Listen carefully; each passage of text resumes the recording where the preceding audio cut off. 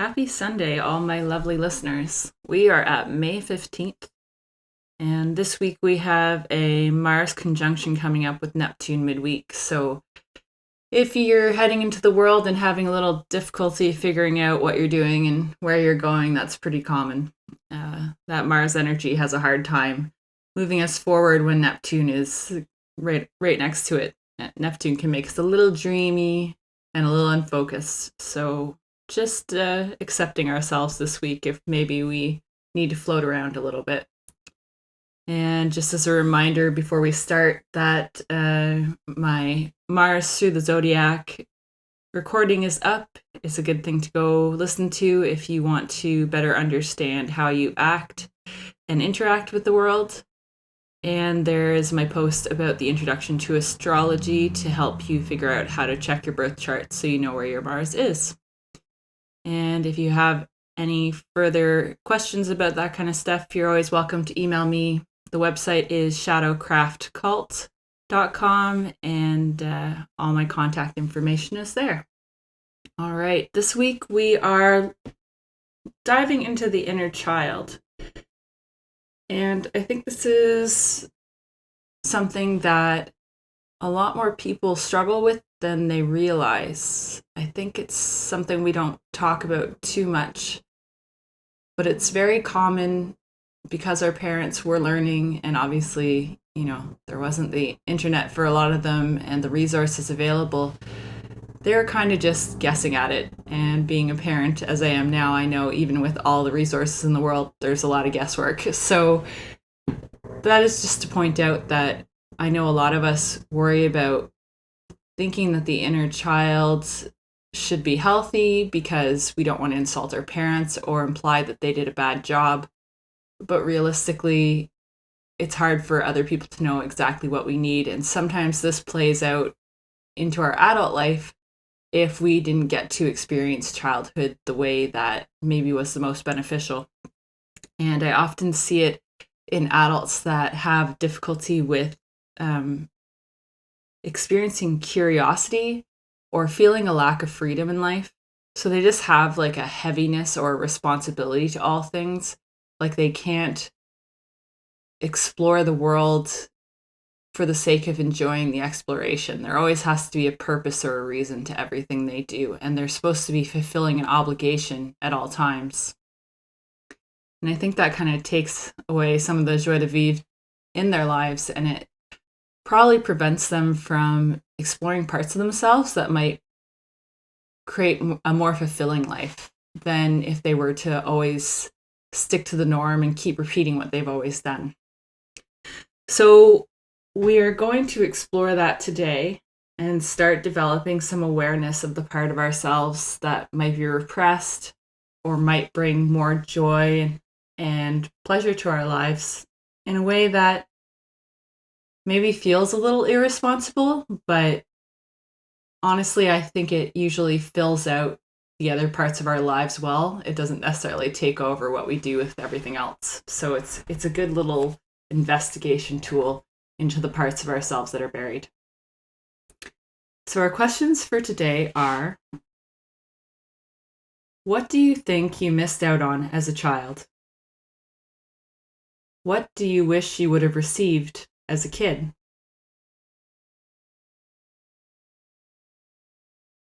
How would your life be different if you received these things?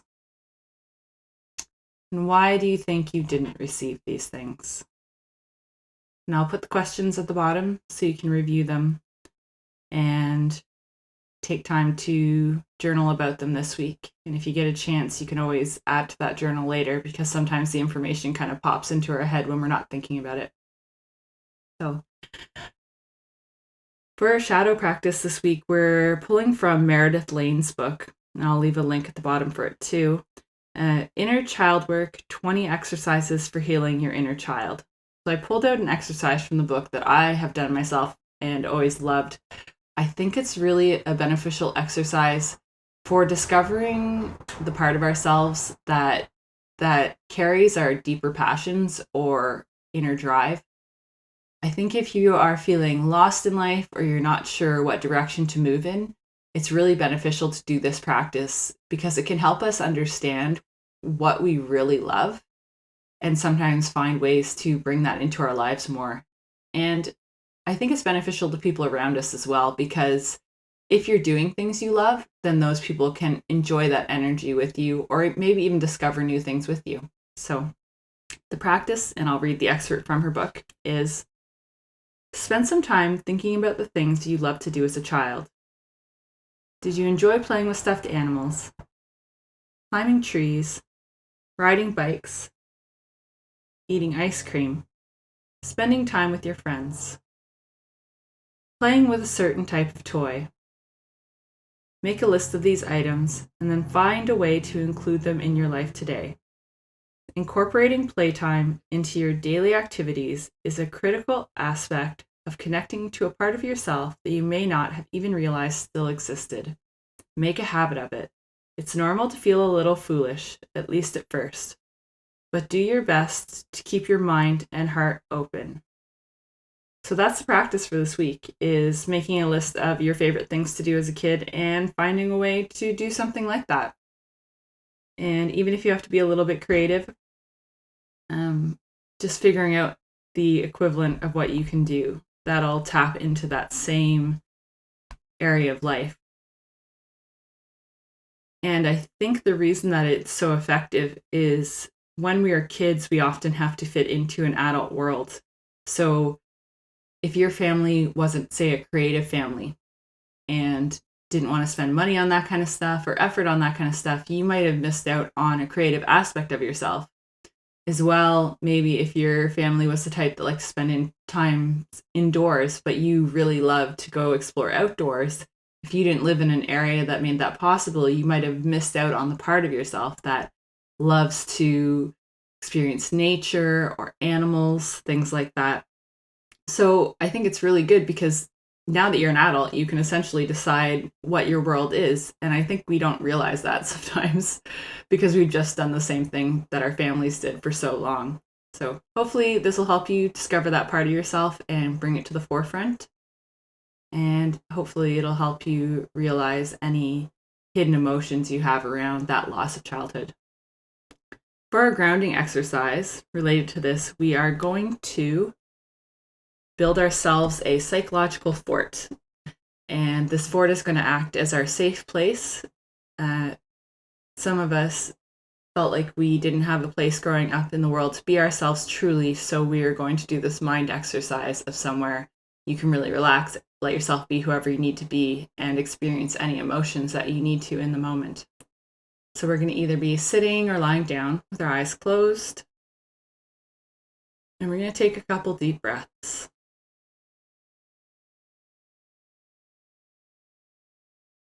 Just feel the breath filling and releasing. Letting your shoulders relax. Letting your jaw relax. Any muscles in your forehead and your face, just release them. And with our eyes closed, we're going to picture a room. We're just going to start out with blank walls, a nice white room.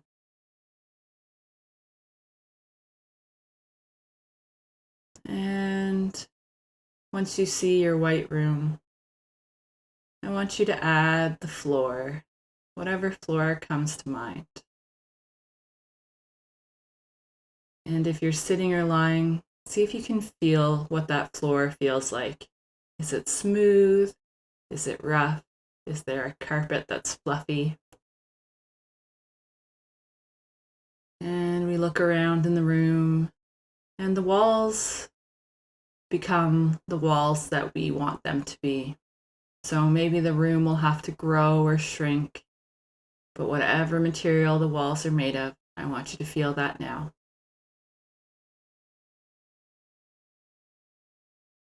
And let's add some windows. Big windows, small windows. They don't have to have glass. Maybe there's a breeze coming in through them.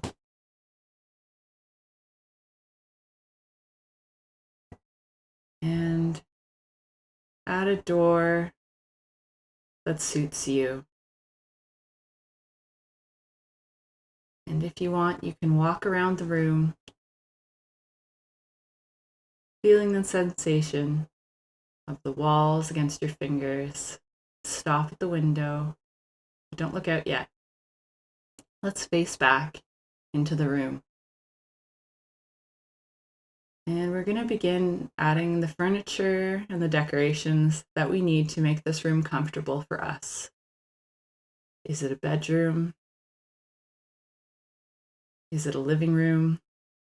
Is it a whatever you want at the moment room? Maybe it's a creative space that's got all paint and drawing materials you need.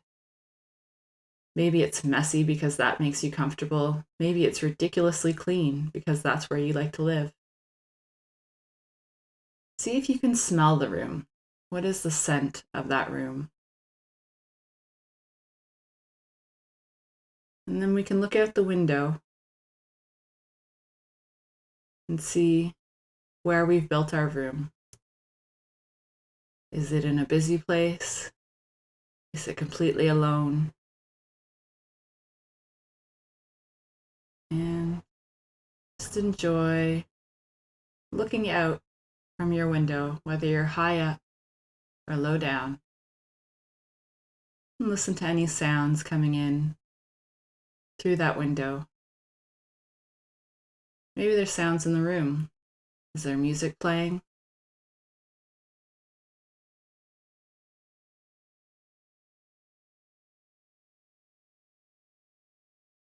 And I want you to feel free to change and adapt this room at any time if you need to. You're always welcome to leave. That door exits the room straight out into the world. And whatever world you've built outside, you're free to go stand in, sit in, run in, whatever experience you want. But for now, we're going to sit wherever we feel comfortable in the room and close our eyes. Take a few breaths.